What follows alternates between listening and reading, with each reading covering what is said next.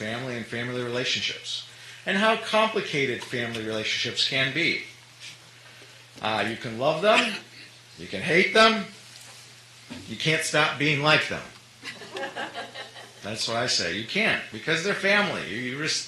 There's always that resemblance. We can't get away from it. Sometimes we try to move halfway around the world, and somebody who knows our family, knows where we're from, will point out to you that you are just like them. So our weekly reading, as we encounter the story of Jacob, Jacob meets his relatives in this parsha. The relatives are in Haran. Remember, Jacob runs for his life because of what he has done. He's made a transaction that was hazardous to his well-being. So now he's running, and after the dream, after he spends that time and encounters God, he continues traveling, and God does to him exactly what he promised. He protects him. He leads him to the right place. So Jacob comes to a place of a well, and he encounters some shepherds, and Jacob waters the sheep of people who are there, and one of the people who is there happens to be Rachel. He waters Rachel's flock. It's an interesting story because as we read it, it's full of customs that sometimes, surprise us a little bit, because the Torah says that he kisses her. He kisses Rachel. After he waters her sheep, he kisses her, and then he breaks down crying. So Jacob is definitely a sensitive man in that sense, and he tells her that he is Rebekah's son. Now, Rebekah was her aunt. So he literally meets his relative right there at the well. Out of all the places, all this travel that he has done, he comes to the right well and meets the right person. And as he realizes that this is something that is not just a chance, this is not just a circumstance that happens, that Hashem truly led him to that place, to that well. And so that's why he cries, by the way, because he knows that God is with him. And he meets his own family, he meets his own kin, and he realizes that God is doing exactly what he promised. So in Bereshit, in Genesis 29, verse 12, we learn that Torah says that Rachel, how she reacts to this whole entire news, it says, V'taratz v'taget le'avia. She ran and told her father. So just imagine that.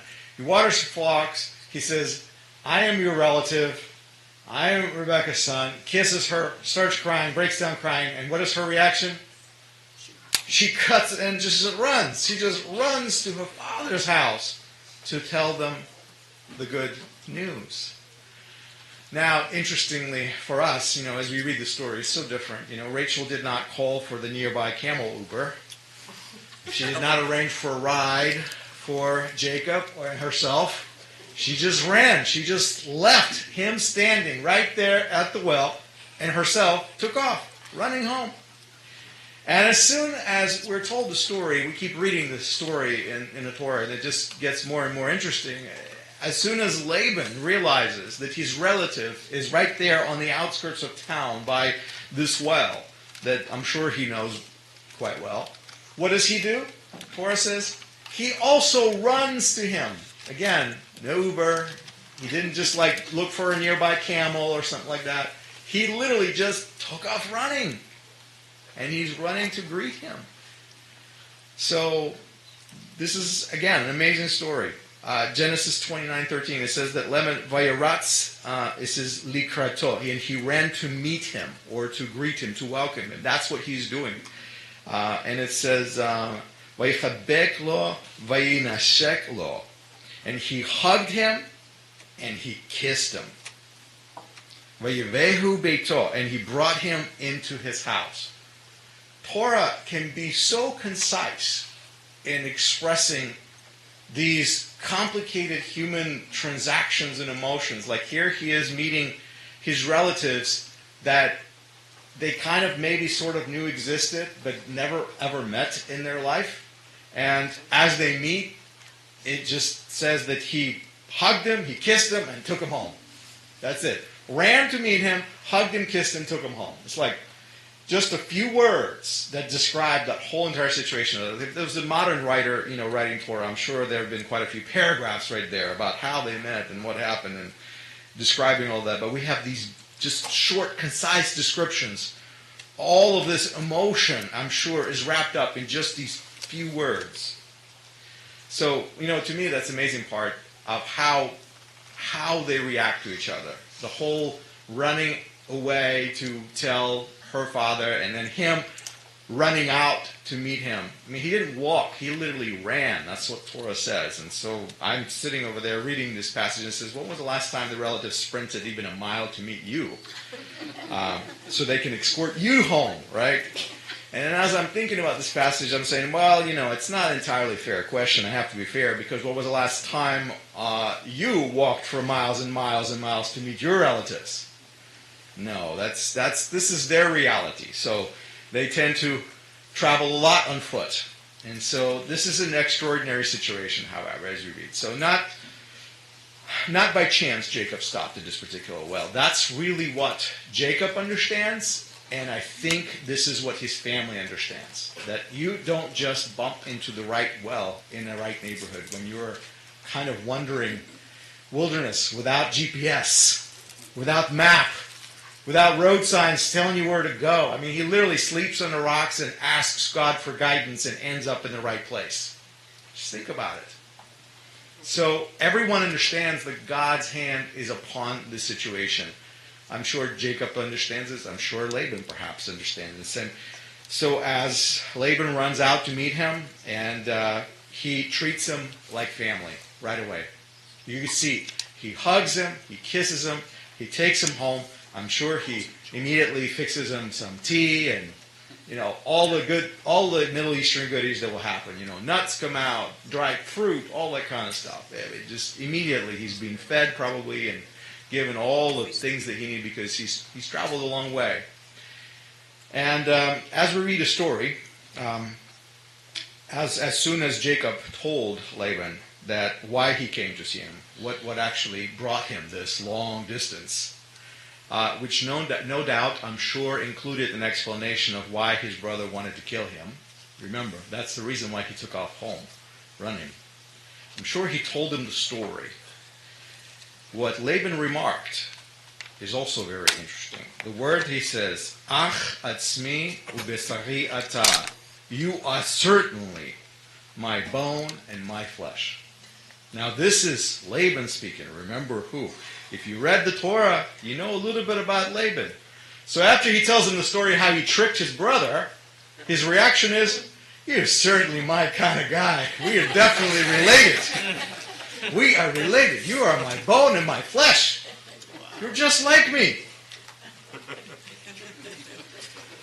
I'm sure he realized how much alike they are when he told that story. So the family traits, they do run deep sometimes. And so his sister Rebecca, I'm sure, taught her son.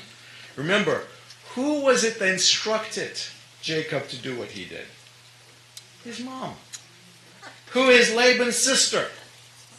She taught him how to be this way. So, family traits, they run deep. So Laban immediately treated him as his family. He recognized we're together. And naturally and very creatively, he made some offers to him. Laban had a creative idea to marry off both of his daughters with no dowry, and made sure that Jacob paid him twice for Rachel. Remember the trick, right? So this is what he meant when he said, you're just like me, you're bone of my bone, flesh of my flesh. If you ever wondered why family relationships are so complicated, well, this crazy story perhaps will give you a nice clue. We can't stand each other sometimes because we're too much like each other. We know what's going on in each other's heads as these things happen. Jacob didn't see it coming, but it happened to him. He got married to two girls and paid double the price, and all he really wanted was the younger one. So that happens. That's why I love Torah. The stories are so colorful. They're full of life. They're just like our families, okay? So they remind us of ourselves. So what spiritual lessons can we derive from these crazy tales of our ancestors doing these strange things? I have 3 points for you, kind of quick, short, but hopefully helpful. My first point is this. Embrace your kin. Embrace them. In the end, they might be the only people around who truly understand whatever trouble it is that you got yourself into lately. While everyone else may judge you harshly, they will likely embrace you. Out of all the people in the world who may not care much about you, it is your kin who will probably welcome you into their house and hug you and kiss you. Because the truth is, they see themselves in you. Just keep in mind that with kisses and hugs may come complicated family drama. And that's just a part of the package. But I still say, embrace your kin. Second point, forgive your kin. Forgive your kin. And this is the stories we can learn from Jacob. You see, Laban took advantage of Jacob. There is no question about that. I mean, if you read the story, you know he's about to get swindled. And what happened in families and what happens in families in Torah happens in families sometimes today as well. Family relationships, they are often a give and take relationships. Let's put it that way.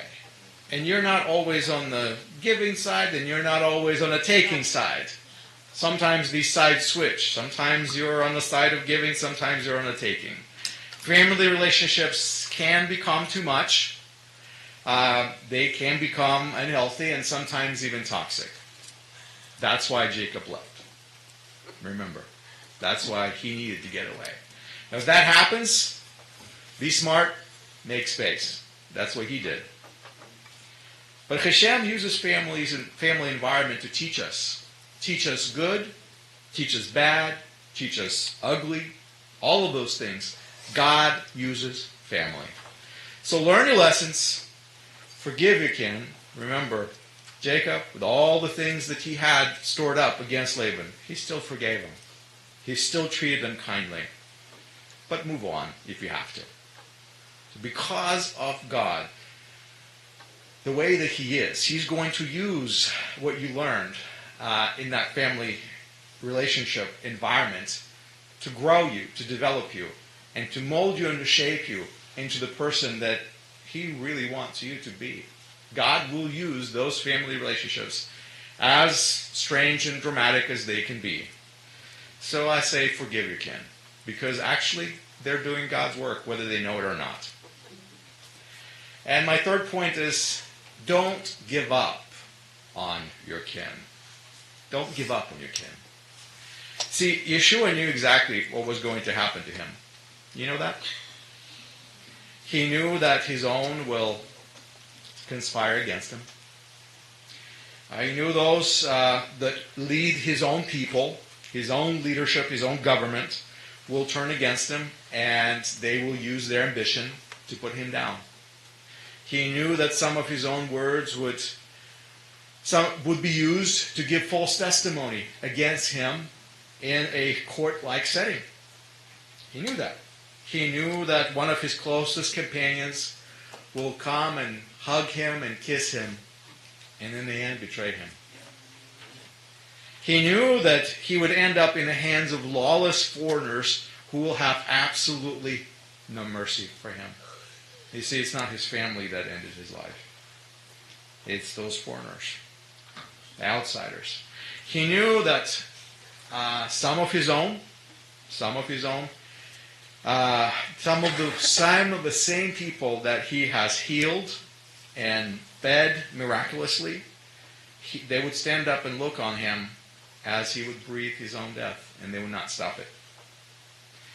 Did that stop him, is the question. He knew all that. No. Did he curse them?